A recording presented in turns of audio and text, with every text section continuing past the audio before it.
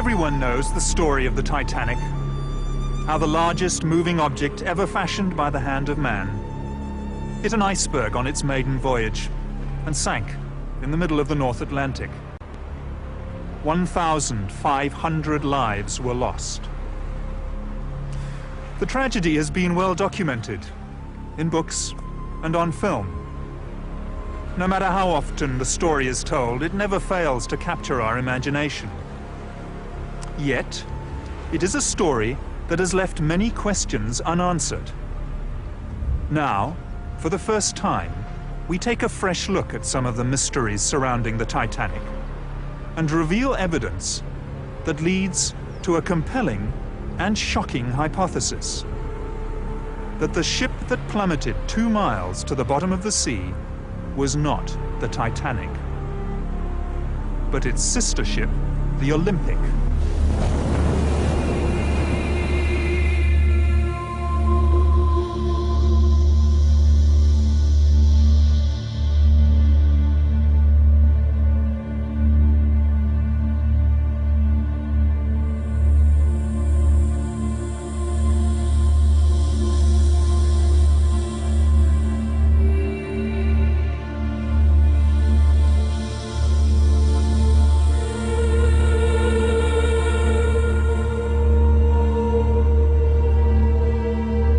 The Titanic and the Olympic were built for the White Star Line by Belfast shipbuilders Harland and Wolff, whose chairman was Lord Pirrie. Harland and Wolff built ships almost exclusively for the White Star Line, which was acquired in 1903 by American financier J. Pierpont Morgan's International Mercantile Marine. This was part of a drive to create a monopoly on the lucrative North Atlantic passenger trade. Chairman of the White Star Line was J. Bruce Ismay. It was in fact Lord Pirrie who was responsible for bringing together Morgan's money and British engineering excellence. Over dinner at Pirrie's London residence in 1907, Lord Pirrie and White Star Line's Bruce Ismay conceived the idea of building 3 luxurious superliners. First the Olympic, then the Titanic, and finally the Britannic.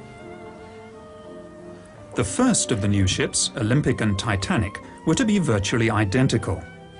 This represented the White Star Line's survival strategy in the highly competitive North Atlantic passenger market, while also ensuring a bright future for the Harland and Wolff shipyard.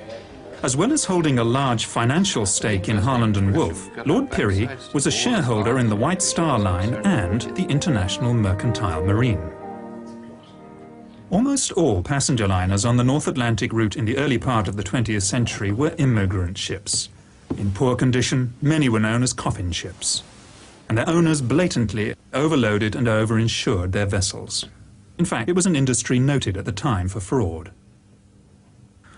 On the 14th of June 1911, the Olympic made her maiden voyage under the command of Captain Edward J. Smith, Commodore of the White Star Line. Then just a week later, still under the command of Edward Smith, the Olympic was involved in a stern collision with the tug O.L. Hallenbeck in New York, an accident that nearly caused the tug to sink.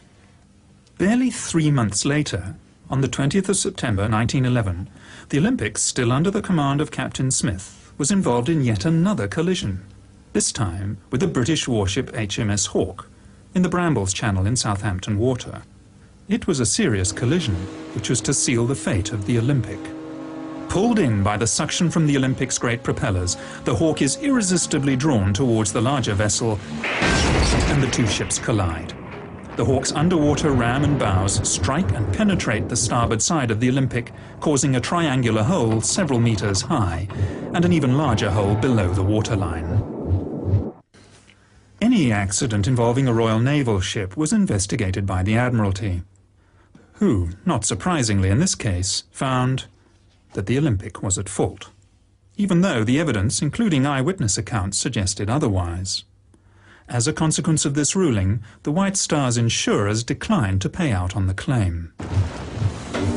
The damage done to the Olympic was severe. Besides being holed both above and below the waterline, she sustained numerous other injuries, including steel frames buckled, thousands of rivets popped, steel plating dislodged over 4 decks, and distortion to the starboard propeller and crankshaft. To make matters worse, the keel was bent, giving the ship a pronounced list to port. Interestingly enough, when 6 months later the ship which came to be known as the Titanic made her maiden voyage out of Southampton, second-class passenger Lawrence Beasley, a science teacher, noted that the ship seemed to have a slight but permanent list to port on the first part of the voyage, a fact noted by several other surviving passengers. The great hull was patched up in Southampton by riveting steel plates below the waterline and reinforcing with wooden beams above. This work took over 2 weeks, suggesting just how serious the damage was. In October 1911, with these temporary repair works in place, the Olympic then limped back to the Harland and Wolff shipyard in Belfast for more permanent repairs to be done. In fact, some of those temporary repairs failed during the voyage to Belfast.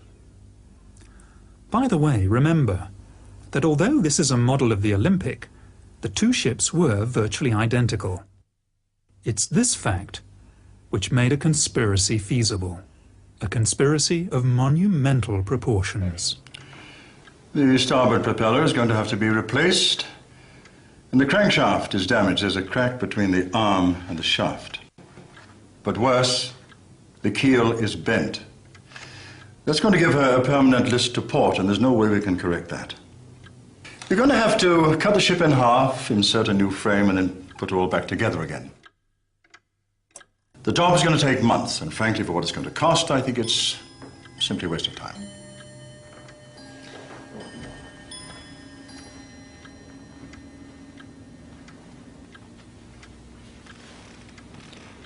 Can you not just patch her up until Titanic is ready? Well, we could put in a bulkhead to strengthen her. But to be honest, sir, she will never pass another Board of Trade inspection. In Belfast, the Titanic was nearing completion, but all work on her stopped so that every effort could be put into the repair of the Olympic. This work took 7 weeks instead of the 2 weeks originally planned, and involved replacing steel plates along fully 1/3 of the starboard side of the ship. Another indication that the damage was far worse than was originally thought. Now look at this. This is a film of the Olympic backing out of the dock in New York. You can see where she's been patched up on her starboard side. It's a huge area. And that's just the damage above the waterline. In order to get the Olympic back to sea and earning a profit as soon as possible, the starboard propeller, stamped with the Titanic's number 401 and not yet fitted to the Titanic, was fitted to the Olympic. This is a fact of some considerable significance, as we shall find out later. The Olympic's troubles, however, were only just beginning. After leaving New York Harbor on the 24th of February 1912, she ran over a sunken wreck off the Grand Banks and threw a propeller blade again on this starboard side. The loss of the propeller blade shock-loaded the engine and drive shaft and placed enormous stresses on the already weakened liner. She limped back to Southampton on only one engine, arriving there on the 28th of February. By the 2nd of March, she was once again in the Thompson dry dock in Belfast, having her propeller blade replaced. This should have taken only a few hours, but the Olympic was there in Belfast until the 7th of March. In Belfast, the Titanic and the Olympic were most often berthed side by side and were regularly moved in and out of the Thompson dry dock, especially during repairs to the Olympic. On close examination of contemporary archive photographs, it is possible to see the minor differences in design that tell the two ships apart. On the forward part of sea deck, a lock, especially during repairs to the Olympic. On close examination of contemporary archive photographs, it is possible to see the minor differences in design that tell the two ships apart. On the forward part of sea deck, Olympic was built with 16 portholes. The Titanic with 14. Somewhat mysteriously, the Titanic has acquired 2 extra portholes between its launch and its maiden voyage. This clearly points to the possibility that the 2 ships were switched. At the time of Titanic's launch, the windows on B deck are clearly discernible as being evenly spaced. Yet at the time of her maiden voyage, they have taken on a distinctly uneven appearance. And whereas the Olympic had been open to the public for inspection in Belfast and Liverpool, Titanic was not. That first week in March 1912 was the last time that the Olympic and Titanic were together in Belfast. The twin ships side by side on the River Lagan. And that was when the decision to switch them could have been made. You can't be serious.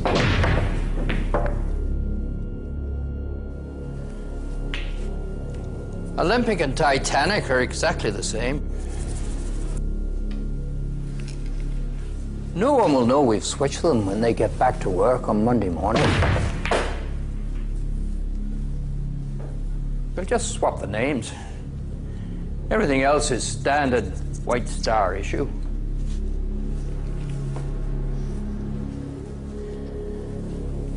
I have some boys at the yard who'll do the job for a couple of £100 each and say nothing.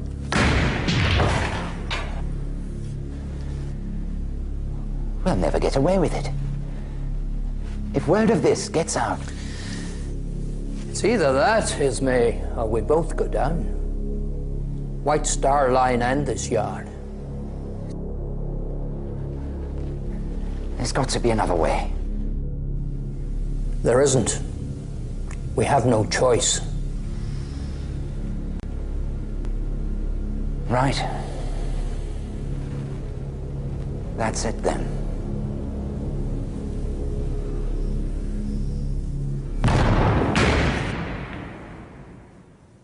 Switching the 2 ships would have been a remarkably simple undertaking. There were no members of the press poking around or roving TV crews looking for a story. Even photography was in its infancy at the time. And generally, people believed what they were told to be the truth. All crockery, linen and so on was White Star standard issue, interchangeable from ship to ship. Letterheads and menus, etc. were styled to the particular ship, but could easily have been changed. Only the names on the bows and sterns of the ships, the nameplates on the lifeboats and 48 lifebelts would have to be swapped. This could easily have been achieved using a very small crew, literally over a weekend. And it's highly unlikely that anyone would have noticed a switch when they returned to work on Monday morning. White Star often used photographs, both exterior and interior, of the Olympic as the Titanic, in their advertisements and press releases. Both ships had tiled and linoleum flooring. Yet, just days before Titanic's maiden voyage, Ismay, chairman of the White Star Line, ordered her floors to be carpeted. Was this to cover Olympic's worn linoleum floors? The Harland and Wolff Yard was a vast labyrinth of buildings and workshops, as well as machinery and ships in various stages of completion. Any unusual activity would hardly be noticed. The social order of the day was such that the majority of the workers would never have thought to question their betters. They lived in a time when the majority of the population were told what to think, where to go, what to do and when to do it. It was also a lot easier in the early years of the century to bribe or even bully men into towing the company line, as we shall see when the surviving crew members returned to Britain. There was no social security safety net for the unemployed, and companies had the power to dismiss whole families of workers if one of them did not do as he was told. There's a wee scam going on here, and the bosses are in on it. They switched those ships 2 weeks ago, and I know it. Listen to me, Paddy. Any more talk from you about 2 ships being swapped over, and you'll end up at the bottom of the River Lagan. So remember that when you get back to your wife and your 17 kids. You Irish scum. The Olympics' original sea trials, conducted by the Board of Trade, lasted 2 full days, while the ship was put through its paces. Strangely, the Titanic's sea trials were a most peremptory affair. No strenuous manoeuvres were carried out, and the inspection was over in time for lunch. Of course, by now the switch had taken place. The collision between the Olympic and HMS Hawke was by no means Captain Smith's first incident at sea. In fact, he had one of the worst professional records of his day. The Commodore of the White Star Line was a show-off, who liked to drive his ships as though they were giant speedboats, and he damaged a few in his time. The 3 incidents involving the Olympic, which probably damaged her permanently, must have put him in a very serious position in the eyes of his employers. Could he perhaps have been summoned by J. Bruce Ismay, chairman of the White Star Line, once it became obvious that the Olympic was a write-off? If so, it would have been a meeting with the very gravest of consequences. Oh, come now, E.J. We've always been good to you, kept you in brandy and cigars. Besides, it's not going to be that difficult. You've broken a few of our ships, E.J. The Republic, the Germanic, the Coptic. And when that fire broke out on the Majestic and those crewmen were killed... Yes, I know you denied it had ever happened, but we did know. We gave you command of the Olympic, and look what a disaster that's turned out to be. And we always paid you well, E.J. Look, it's not for me. It's for the company. We are in a desperate situation financially, especially after what happened to the Olympic. So, I'm sorry to have to put it to you like this, but you do owe us. We've arranged for a small steamer from the Leyland line to be in a position to take the passengers off. I have a good man lined up for the job. Lord. Captain Stanley Lord. Ever come across him? Well, he's done this sort of thing before. Well, he did the job so well, he received a commendation for it. So, there it is. He'll be there to lend a hand. And I'll be there, of course. Along for the ride. All right, then I want to choose my own officers. Yes. Of course, E.J. Men you can trust, eh? At the time of Titanic's maiden voyage, Britain was in the grip of a coal strike. Fuel was in short supply, and ships and men were laid up in Southampton. And yet, White Star Line had difficulty finding firemen and greasers to work below decks on the Titanic. After steaming from Belfast to Southampton, all but 2 of the firemen aboard the ill-fated liner refused to sign up again in Southampton for the voyage across the Atlantic, preferring to wait for employment on another ship.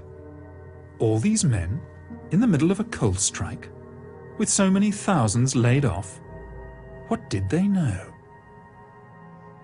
Shortly before Titanic sailed, Chief Officer Wilde, who was to lose his life 3 nights later, wrote a letter to his sister, in which he said, "I still don't like this ship." Strange thing for a man to say, who had just set foot on board the day before. Unless, of course, he realized he was actually on his old ship Olympic. It's strange to think that as the Olympic, now renamed the Titanic, was preparing to make her second maiden voyage, the ship that started out life as the Titanic and was now called the Olympic had to enter her working life with no fanfare at all. The Olympic's original maiden voyage was fully subscribed, whereas her second, this time as the Titanic, was only about half full, and that in the middle of a coal strike when passengers were queuing up to get to America. First-class passengers on other White Star ships were only offered second-class berths on Titanic, even though we know that first-class cabins were available. It's almost as though White Star Line didn't want that many people on board. By the way, when I refer to the Titanic from this time on, I want you to remember that I'm actually talking about the ship that started out its life as the Olympic, but which we believe by this stage had been switched and taken on the identity of the Titanic. The coal strike is important for another, possibly more sinister reason. Most other ships were desperate for coal, and passengers and cargo destined for the New World were stuck in Europe. Yet, the Leyland liner Californian, under the command of Captain Stanley Lord, left the destined for the New World was stuck in Europe. Yet, the Leyland liner Californian, under the command of Captain Stanley Lord, left the port of London on the 5th of April, 1912, just 5 days before Titanic's departure from Southampton, not only fully coaled, but apart from her own crew, empty of passengers. With more than enough coal to get her to the United States, she headed off into the middle of the Atlantic at full speed, empty. Apart from a cargo of woolen sweaters.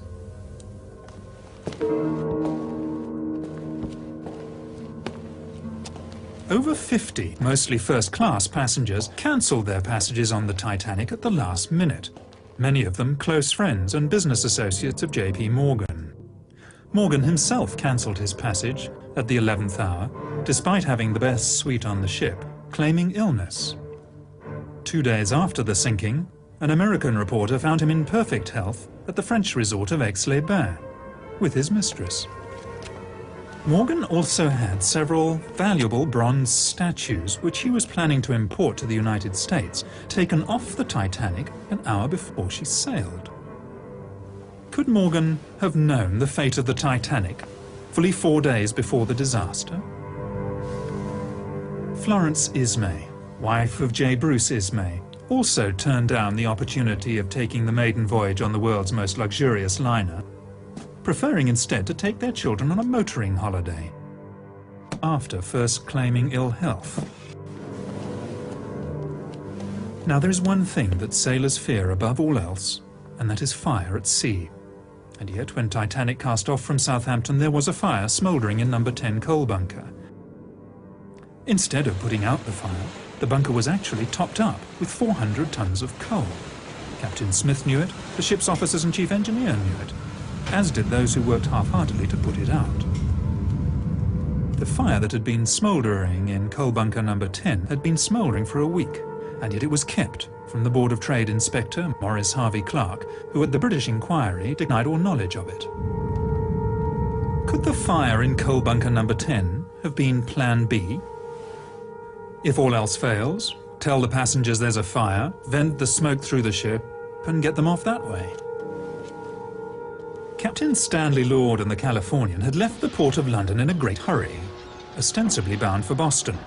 Then, on the evening of the 14th of April, the ship came to a dead stop in the middle of the ice field. Strangely, Captain Lord, 6 foot tall, elected to sleep that night fully clothed on a 5.5-foot couch in the chart room rather than in his cabin. He also ordered her boilers to be kept fired up and her engines on standby. Why? Was he expecting some sort of emergency that might mean a last-minute dash into the night? That evening, the Titanic received 6 radio messages. The first 3 were from other ships, giving the location of icebergs. The other 3 were from the Californian, more concerned with giving her own position stopped for the night. Those 3 were personally addressed to Captain Smith. It's almost as if Captain Lord was letting Smith know that the Californian was ready and waiting. Captain Smith had delayed turning the corner on the outward southern track. He ordered the turn to the west 10 miles further south than the normal turning point. This was certainly not as an evasive measure to avoid the ice field, but one designed to take him directly into it. He must have known this. Tragically, Captain Lord failed to keep his radio operator awake. Even so, the Californian's last message to the Titanic never got there. The Titanic's radio operators were too busy with passengers' messages.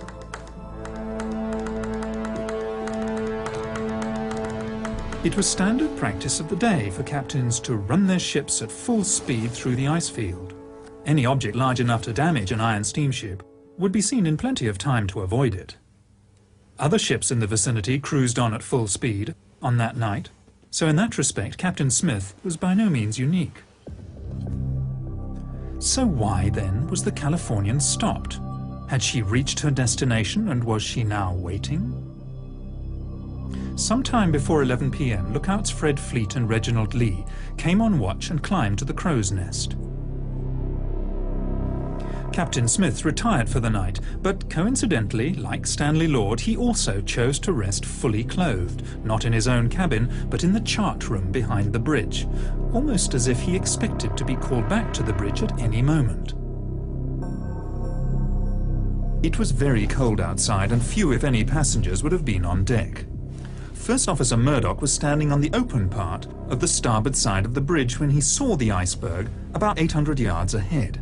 He ordered the ship turned to port and, inexplicably, engines full astern. By reversing the engines, Murdoch was actually increasing the risk of collision, something he must have known. Maybe Murdoch, handpicked by Captain Smith, was deciding to give the iceberg a nudge anyway. Given that the turning circle of the Titanic was 1,280 yards and the stopping distance 850 yards, Titanic should have been able to avoid the iceberg with the greatest of ease, even allowing for a slight delay while orders were given and the wheel turned the ship to port. So why didn't it? Second Officer Lightoller told the inquiry that before going off duty for the night, he would have been easily able to see an iceberg from 1.5 miles, more probably 2 miles away. He also said that the iceberg would have been just as visible from the bridge as from the crow's nest. Plenty of time to turn and avoid it then. In an emergency such as this, it was never a good idea to turn your broadside to danger. Even if Titanic had rammed the iceberg head-on, it would have stayed afloat. Although up to 250 crewmen would have been killed while they slept in their bunks in the bow. Apart from those on the bridge, and of course those in the forward boiler rooms, the glancing blow with the iceberg would have passed virtually unnoticed. The vibration felt by some of the passengers was almost certainly that caused by the reversing of the engines, and by the time anyone noticed what had happened, the iceberg had slipped away into the night. Captain Smith was on the bridge in a matter of seconds, but instead of a general call to stations, his officers acted as though there were no emergency at all. Second Officer Lightoller, awakened by the sound of steam letting off, claims to have stayed in his cabin until another officer came to get him. His evidence later, to the effect that he had stayed there because he was off duty and thought he should stay where he would expect to be found, simply does not ring true. The bridge was only a few seconds' walk from his cabin in the officers' quarters, and he should have gone straight there at the first hint of trouble. So why didn't he? A few passengers came out of their cabins to see why the engines had stopped, but for the first 40 minutes after the collision there was really no sense of danger at all. One can understand this frame of mind on the part of the passengers, even on the part of the crew. Except for those who were dousing the fires in boiler rooms 5 and 6. After all, they thought they were on an unsinkable ship. But for the captain and the officers, who were in full possession of the facts, there is really no excuse.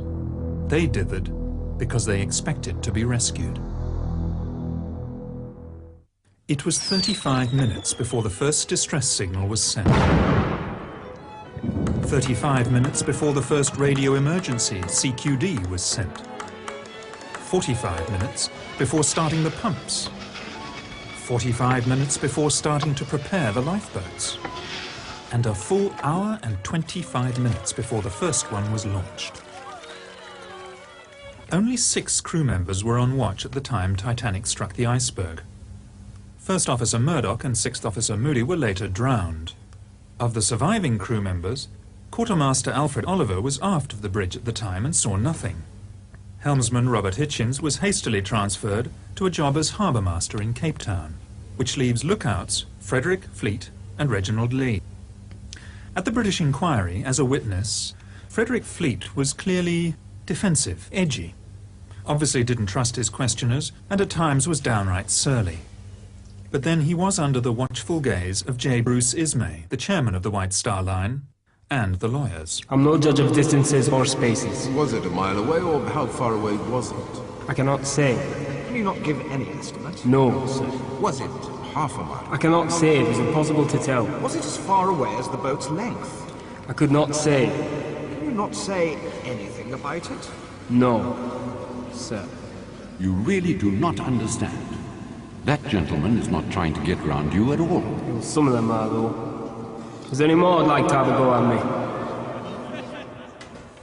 When Titanic came to a rest, Captain Smith asked the fourth officer, Joseph Groves Boxall, to work out a position. It is clear from the records that Titanic's navigator worked out a position asked the fourth officer, Joseph Groves Boxall, to work out a position. Close enough not to make any It is clear from the records that Titanic's navigator worked out a position that was 12 miles away from where they actually were. This was to prove a fatal mistake. We know he was 12 miles out in his calculations because of the actual location of the wreck. The position that Boxall gave would have put the Titanic within sight of the Californian. Was that where he thought he should have been? For some reason, Captain Smith ordered the Titanic to move half speed ahead for another 5 minutes before stopping the engines again for the last time. Maybe he was heading towards the ship whose lights could just be made out on the horizon, expecting it to be the Californian. Several survivors mentioned the sighting of a ship about 5 or 6 miles from the Titanic. The Titanic could easily have steamed there, yet Smith was content to assume the ship would sail over to him, because he believed it was the Californian. At this point, let's examine what's happened so far. A stricken ocean liner is dead in the water. A rescue ship, the Californian, is standing by. Messages have been sent to Captain Smith from the Californian, stating exactly where she is waiting. Captain Smith can see a stationary ship on the horizon, and having received inaccurate information from Fourth Officer Boxall as to his position, he assumes it's the Californian and everything's going according to plan. At about midnight, the Titanic started sending up her distress rockets, red, white and blue. Rockets could also be seen from the bridge of the Californian, and this was duly reported to Captain Lord. Captain Lord asked what colour the rockets were. In fact, over the next 2 hours, Lord repeatedly asked his officers about the colour of the rockets. Was he expecting to see red or blue signals? Very likely. But whether he was or not, the answer from the bridge was always the same. Only white rockets could be seen. He therefore, rightly, assumed that the rockets were not coming from the Titanic. Survivors reported that the rockets launched from the bridge of the Titanic soared up several hundred feet into the night sky, bursting with an ear-splitting report. The rockets from the ship that was visible from the Californian only went as high as the top of her mast, and even at 4 to 5 miles distant, the officers would have quite reasonably expected to hear a report. But they heard nothing. It seems most likely that the ship seen from the Californian was a wooden sailing bark called the Samson, conducting illegal seal fishing activities on the ice floes at the time. The white rockets she was firing, to mast height only, were intended to recall her small rowing boats. A few months after the disaster, the captain of the Samson said that he had also seen a large liner firing rockets and that he had not gone to investigate because of his own illegal activities. The Californian's apprentice, Gibson, later testified that he saw only 8 rockets fired from the ship, and all white. The Titanic had fired at least 18, possibly as many as 22, and had included red and blue. Titanic survivor Miss Edith Russell said the officers told them all, "Don't worry, the Californian will pick everybody up if you don't come back for breakfast." How could they possibly have known it was the Californian? It's hard to believe in such an emergency, but they were letting lifeboats go half full. They knew the ship was sinking, nobody could be that stupid. But they expected the ship on the horizon to come steaming over. But it was the wrong ship. The Californian was 19 miles away, where Captain Stanley Lord waited for coloured rockets. At around 1 a.m., it must finally have dawned on Captain Smith that the rescue upon which the survival of so many depended was not going to materialize. Now boats are being let go full, and passengers are beginning to panic. As the senior surviving officer, much credence and publicity was given to the evidence of Second Officer Lightholler. I did not leave the Titanic, sir. The Titanic left me. He was evasive in response to pertinent questions at the American and British inquiries, out to protect first and foremost his own reputation and then that of the White Star Line. At the British inquiry, he claimed, "The Titanic began her turn to port before the lookout drank down from the crow's nest." How would he have known this? He said he was in his cabin at the time. Lightoller also said at the American inquiry, "There was no mist 10 minutes before the ship struck the berg," flatly contradicting the evidence of the two lookouts. And how would he have known this if he was in his cabin? He also lied about the number of ice warnings received on the bridge, as if to suggest that the iceberg came as a surprise. "I do not remember any ice warnings being posted on the bridge." Lightoller, along with second radio operator Harold Bride and ship's baker Charles Joffin, all claimed that after getting off the Titanic, they stayed in the water for up to an hour.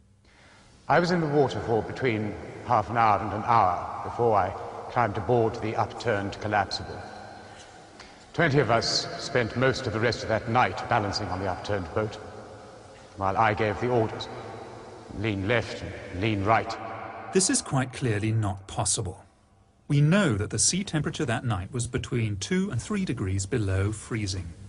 Average life expectancy at that temperature between 3 and 4 minutes. This testimony would simply not stand up today.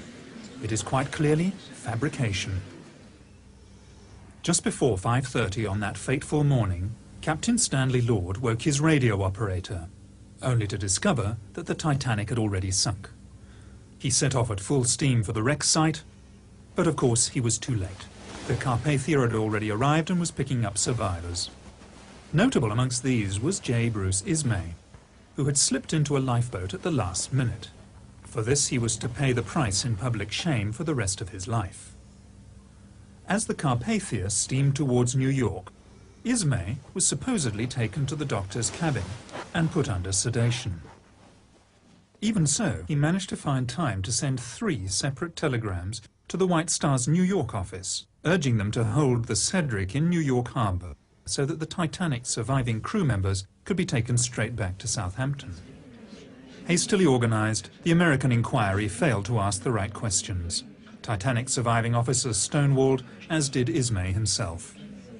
Several experienced sea captains were called to give evidence regarding the wisdom of steaming at full speed through an ice field. But they all said the same thing. Maintaining full speed in the vicinity of ice was perfectly normal, and on the night in question, the icebergs could be seen at between 5 and 6 miles distant. It never occurred to anyone to ask the simple question, in that case, why did the Titanic hit an iceberg? When the surviving crew got back to England, they naturally expected to go straight home to their loved ones.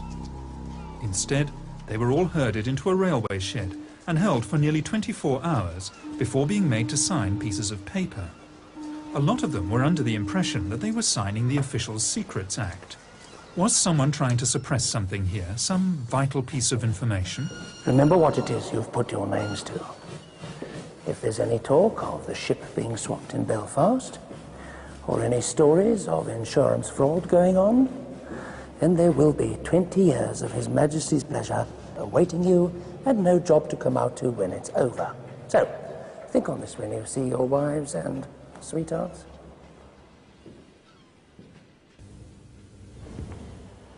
Ismay, Lightoller and the other surviving officers all came back to England on the steamship Adriatic.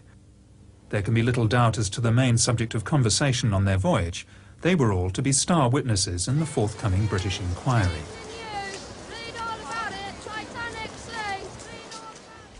Now, it is unlikely that a fraud of such immense proportions could have been undertaken without the collusion of the authorities, notably the British government, as we shall see later when we look at the inquiry.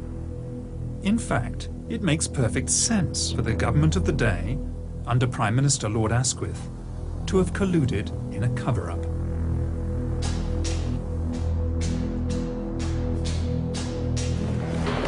You'll never believe what they've just done.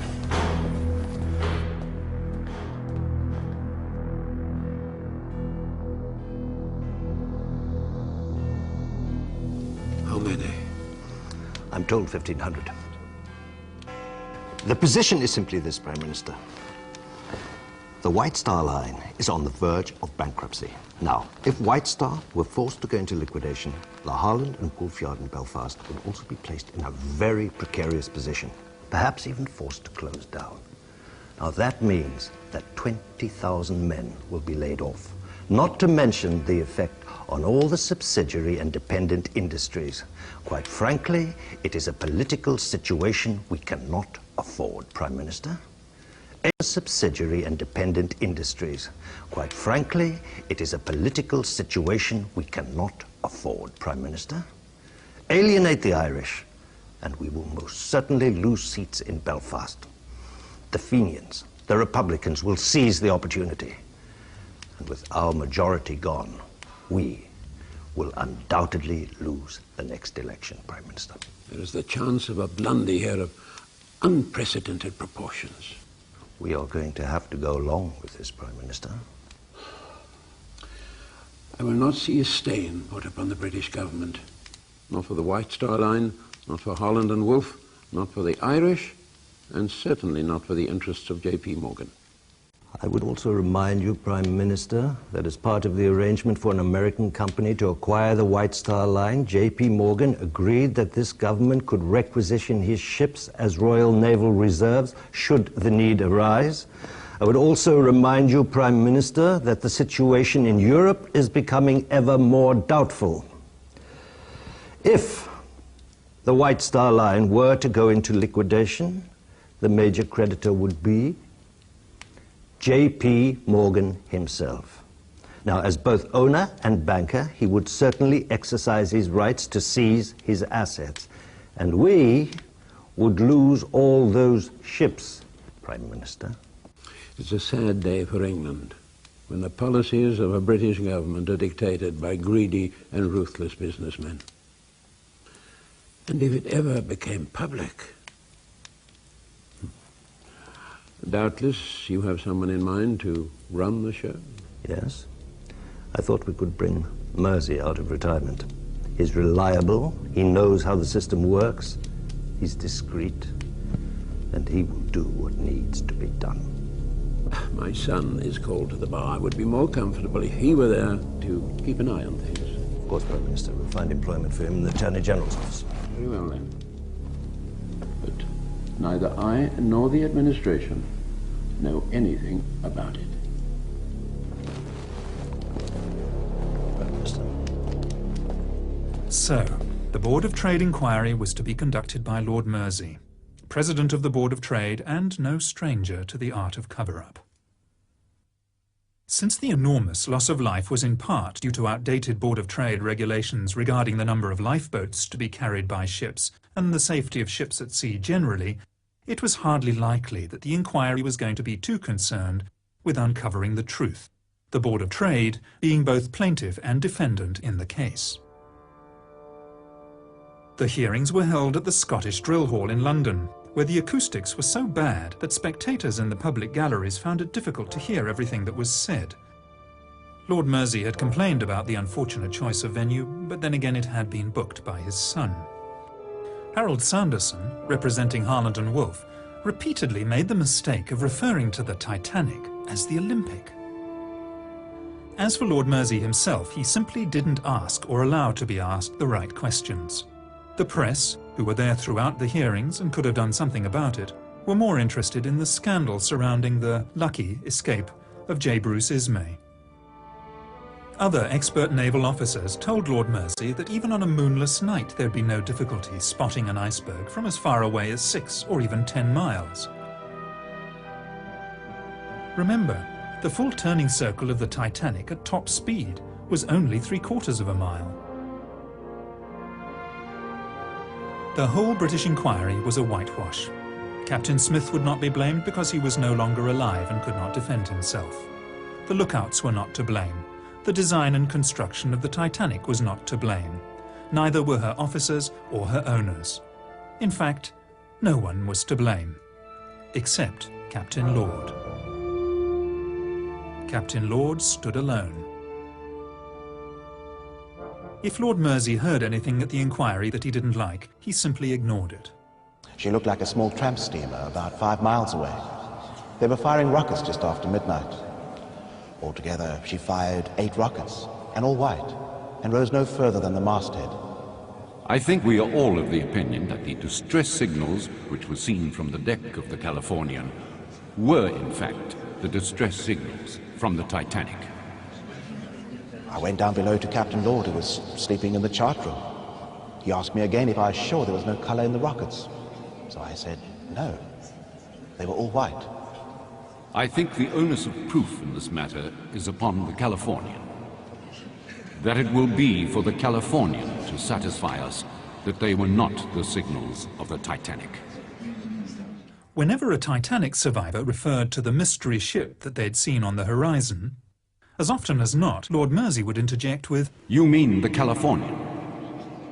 There was barely an attempt at cross-examination, and, as happened so often, Captain Lord declined to defend himself. Perhaps out of fear that he might reveal his part in the conspiracy. Furthermore, when the inquiry heard from passengers who'd been aboard the Mount Temple that they'd actually seen the Titanic on the horizon and were even close enough to hear the last 2 reports of her rockets, Lord Mersey repeatedly interrupted them. You do not give me the answers that please me. Of course, if Lord Mersey was a party to the cover-up, he would have known about Captain Lord's secret mission and of how the rescue plan failed, largely because of circumstances outside Captain Lord's control. And yet, Lord Mersey repeatedly interrupted the testimony of Californian's officers and instead accepted evidence against Captain Lord that would have been laughed out of court under normal circumstances. Was Captain Lord being made a scapegoat because he had failed to do what he'd been engaged to do on the night of the disaster? Of course, by highlighting Lord and the Californian, Lord Mersey was drawing attention away from rather more sensitive issues. Titanic's bulkheads should have gone 1 deck higher. It was the Board of Trade's own regulations that allowed Titanic to go to sea with too few lifeboats, and the Board of Trade's inspectors who had been so ready to sign the ship off as fit to go to sea in the first place. Titanic cost $10 million to build, and as a brand new ship would have been insurable for that amount and more. The Olympic, on the other hand, damaged beyond economic repair, would only have been insurable for a much smaller amount. A motive for switching the ships is clear. Normally, White Star Line, when they insured their ships, took on part of the risk themselves, and it was at first thought that Lloyd's of London would only be liable for $7.5 million. Not so. For just 1 week before the maiden voyage of the Titanic, which we now know was in fact the Olympic, White Star Line upped their insurance on the vessel dramatically. And, incredibly, just 5 days after the sinking, Lloyd's paid out $12.5 million.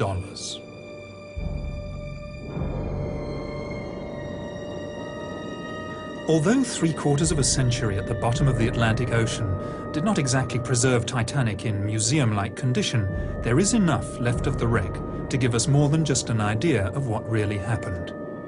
Corrosion has done its relentless work, but where the original black paint of the hull has flaked away, it is still possible to see spots of grey paint, which formed the undercoat, except that grey paint was only used as an undercoat on the Olympic and not on the Titanic. Examination of the starboard propeller reveals the number 01 stamped into the metal. In fairness, there is too much corrosion to make out the number 4 clearly, but remember the starboard propeller, numbered 401 for the Titanic, was put on the Olympic as part of the repairs after the collision with the Hawk. Remote cameras under the control of the discoverer of the Titanic wreck, Dr. Robert Ballard, have examined the stern section of the ship. They show that in addition to the lateral bulkheads that were a feature of both the Titanic and the Olympic, there is a longitudinal bulkhead in the stern section where there was none on the original plans for either vessel.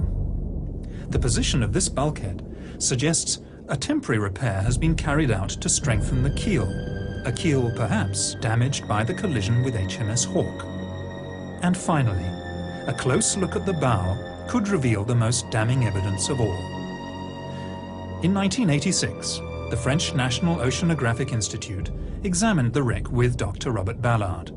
One of the things they checked was the name of the ship. In keeping with White Star tradition, both ships had their names engraved into the upper bow plates in letters 4 foot high.